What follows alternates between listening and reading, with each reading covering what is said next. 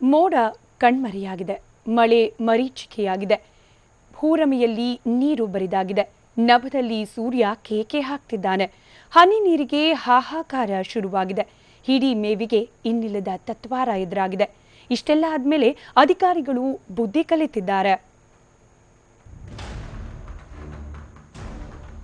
ಬೇಸಿಗೆಯ ಅಟ್ಟಹಾಸಕ್ಕೆ ನಲುಗಿ ಒಡೆದು ಬರಿದು ಮಾಡಿಕೊಂಡಿರೋ ಭೂಮಿ, ಬತ್ತಿ ಬರಿದಾಗಿರೋ ಭೂಮಿಯನ್ನ ಕೆತ್ತಿ ಕೆದಕುತ್ತಿರೋ ಜೆಸಿಬಿಗಳು.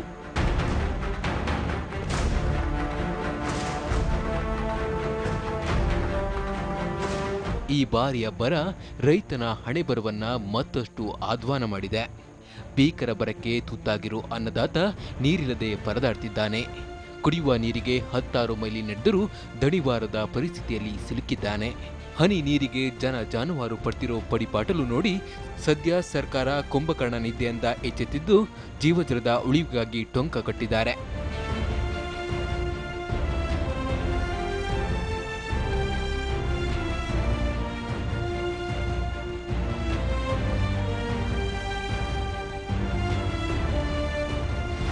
ಹೌದು, ಬರದಲ್ಲಿ ನೀರೊದಗಿಸಿ ಕಷ್ಟ ನೀಗಿಸಬೇಕಾಗಿದ್ದ ಕೆರೆಗಳು ಒಡಲು ಬರಿದು ಮಾಡಿಕೊಂಡು ಬಾಯ್ಬಿಟ್ಟಿದೆ. ಸರಿಯಾದ ಸಮಯಕ್ಕೆ ಹೂಳೆತ್ತದ ಕಾರಣ ಕೆರೆಯಲ್ಲಿ ನೀರು ಶೇಖರಣೆಗೆ ತೊಂದರೆಯಾಗಿ ಬರದಲ್ಲಿ ಕಷ್ಟ ಎದುರಾಗಿದ್ದು ಇದೀಗ ಕೆರೆಗಳ ಪುನಶ್ಚೇತನಕ್ಕೆ ಅಧಿಕಾರಿಗಳು ಮನಸ್ಸು ಮಾಡಿದ್ದಾರೆ.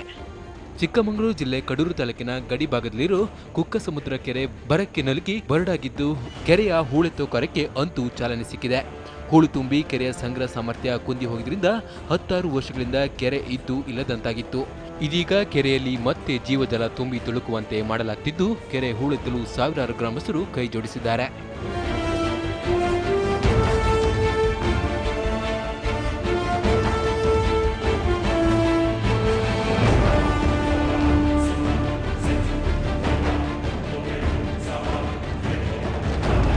ಇನ್ನು ಗದಗದ ರೋಣ ತಾಲೂಕಿನ ನೀಡಗುಂದಿ ಹಾಗೂ ಮಲ್ಲಾಪುರ ಗ್ರಾಮದಲ್ಲೂ ಕೆರೆಗಳ ಪುನಶ್ಚೇತನ ಕಾರ್ಯ ಬರದಿಂದ ಸಾಗ್ತಿದೆ.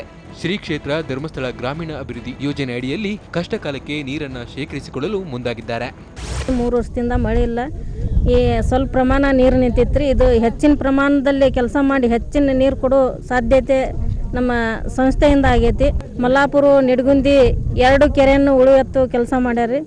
ನಮ್ಮ ಊರಿನ ಜನರು ಭಾಳ ಖುಷಿ ಪಡ್ತಾರೆ.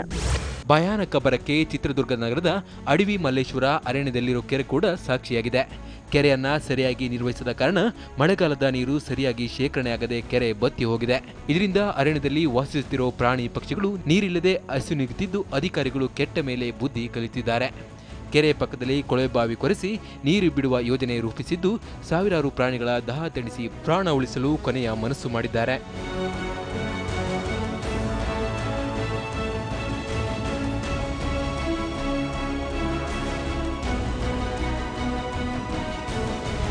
ಇತ್ತ ಅರೆ ಮಲೆನಾಡು ಜಿಲ್ಲೆ ಧಾರವಾಡ ಬರದ ಬವಣೆಗೆ ಸಿಲುಕಿ ನಲುಗಿದ್ದು ಹನಿ ಹನಿ ನೀರಿಗೂ ಹಾಹಾಕಾರ ಎದುರಾಗಿದೆ.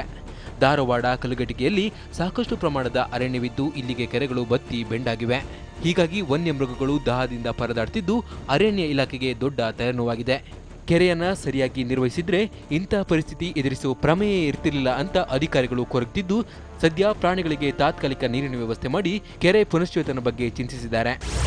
ಕಾಡಿನ ಒಳಗಡೆ ಆಗಲಿ, ಆಮೇಲೆ ಈ ರೈತರ ಹೊಲ ಮತ್ತು ಕಾಡಿನ ಅಂಚಿನಲ್ಲಿ ಆಗಲಿ ಅಂತಹ ಪ್ರದೇಶಗಳನ್ನು ನಾವು ಗುರುತು ಮಾಡಿ, ಈಗ ಕಾಡಿನಲ್ಲಿ ಒಳಗಡೆ ಇರೋಂಥ ಪ್ರದೇಶಗಳನ್ನು ಗುರುತು ಮಾಡಿ ಅಲ್ಲಿಂದ ನಾವು ಆರ್ಟಿಫಿಷಿಯಲ್ ಆಗಿ ಟ್ರೆಂಚಸನ್ನು ತೆಗೆದು ಅಲ್ಲಿ ನಾವು ಈಗ ತಡ್ಪಲನ್ನು ಹಾಕಿ ನಾವು ಇಲಾಖಾ ಟ್ಯಾಂಕರಿಂದ ನೀರನ್ನು ಸಪ್ಲೈ ಮಾಡ್ತಾ ಇದ್ದೀವಿ.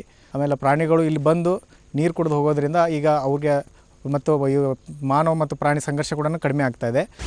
ಒಟ್ಟಿನಲ್ಲಿ ಕುಲಗೆಟ್ಟು ಹೋದ ಮೇಲೆ ಆಳುವವರಿಗೆ ಬುದ್ಧಿ ಬಂದ ಹಾಗೆ ಕಾಣ್ತಿದ್ದು ಜೀವಜಲವನ್ನ ಉಳಿಸಿಕೊಳ್ಳಲು ಸದ್ಯ ಅಧಿಕಾರಿ ವರ್ಗ ಮುಂದಾಗಿದೆ. ಈ ಕೆಲಸವನ್ನ ಮುಂಚೆಯೇ ಮಾಡಿದ್ರೆ ನಮ್ಮ ರೈತ ಬರದಲ್ಲೂ ಬಂಗಾರ ಬೆಳೆತಿದ್ದು ಸುಳ್ಳಲ್ಲ. Bureau report TV9